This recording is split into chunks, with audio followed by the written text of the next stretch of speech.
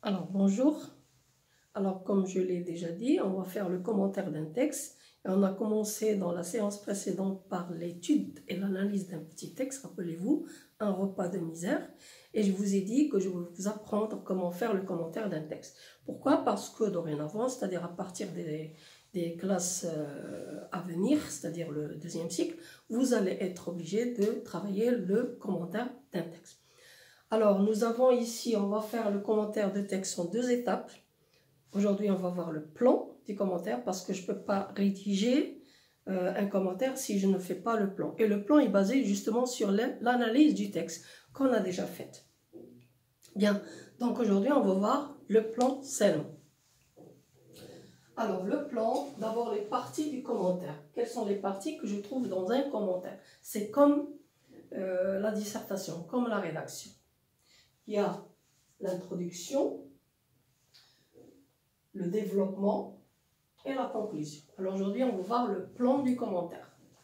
Alors le commentaire de notre texte, un repas de misère de Romain Rolland. Plan du commentaire.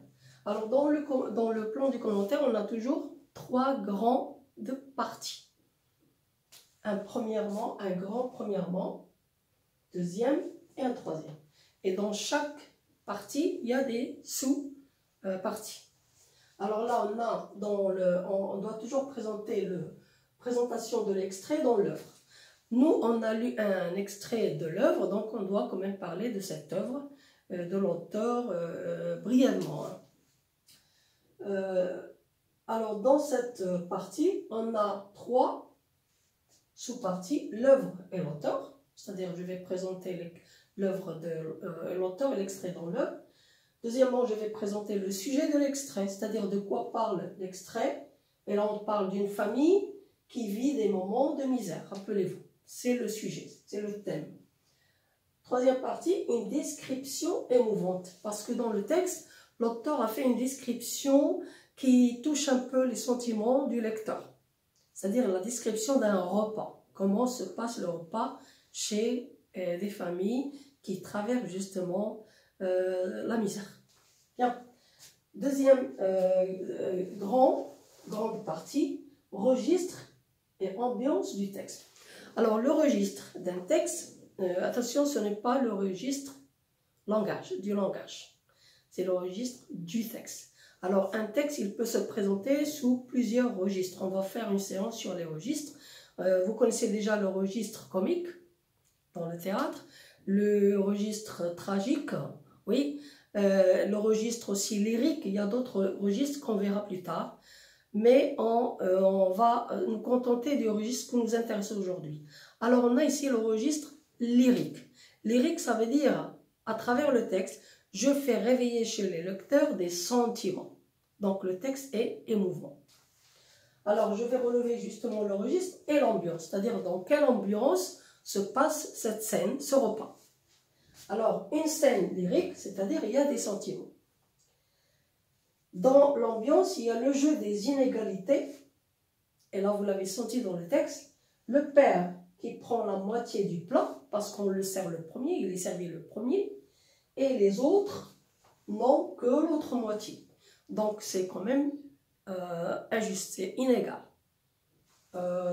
Troisième partie, un dialogue. Il y a aussi une partie intéressante dans le texte, c'est le dialogue.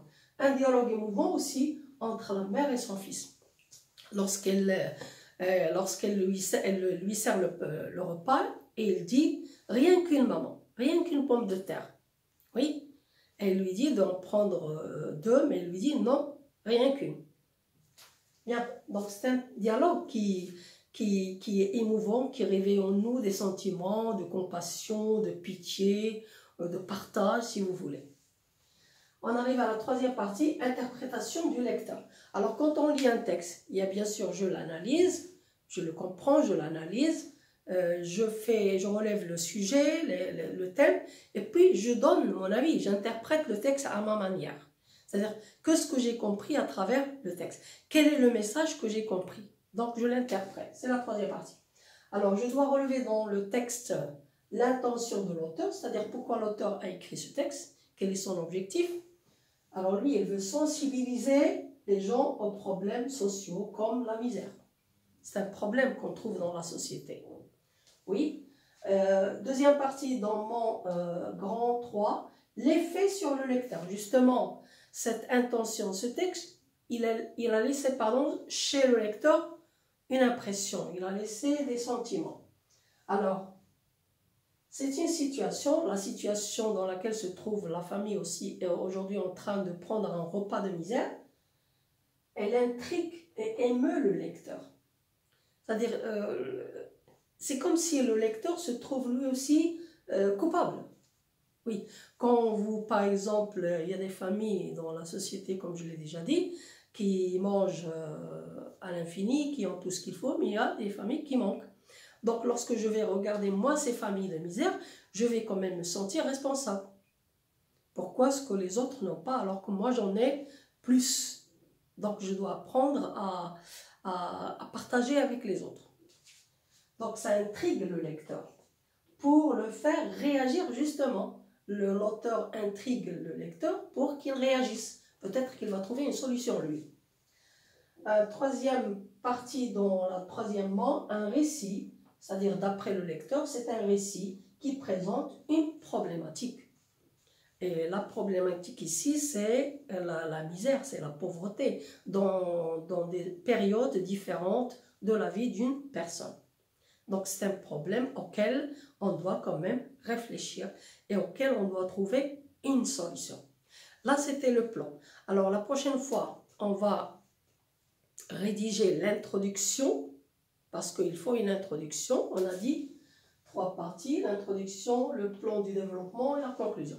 On va rédiger l'introduction et la conclusion.